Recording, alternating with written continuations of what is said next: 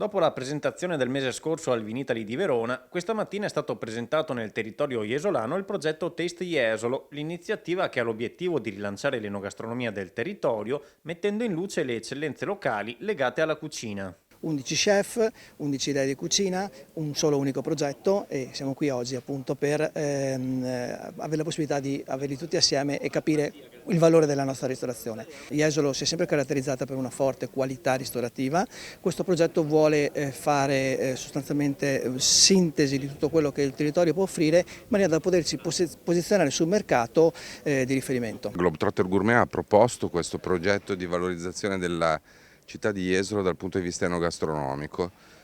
Già conoscevamo, come dire, la qualità della ristorazione jesolana, ma è stata una scoperta piacevole vedere la passione che mettono nel raccontare la loro cucina, come dire, in una logica di promozione del territorio.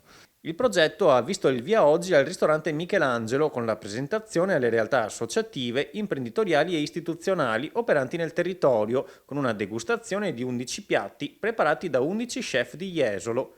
Le prossime azioni previste dal progetto sono quindi una campagna di promozione digitale su vasta scala in co-branding col consorzio Asolo Prosecco, attraverso contenuti video, immagini e racconti a cui aderiscono gli chef e i patron di 11 ristoranti jesolani selezionati. Da oggi parte la parte di promozione, sono coinvolti 2 siti partner, Reporter Gourmet che è un vertical food dedicato alla ristorazione di qualità, Cibo Vagari di Davide Paolini che è il sito di promozione, diciamo, del territorio dal punto di vista enogastronomico. Domani, martedì, atterrano sul territorio una selezione di giornalisti del mondo enogastronomico, saranno presenti sul territorio e faranno un'esperienza. Mostreremo cosa offre l'ecosistema territoriale dal punto di vista della gastronomia di Jesolo e a fine settimana, 27, 28, 29 di maggio, l'evento Street Wine Jesolo, 24 cantine, 200 etichette, Piazza Aurora, dove abbineremo anche l'aspetto appunto enologico a quello gastronomico.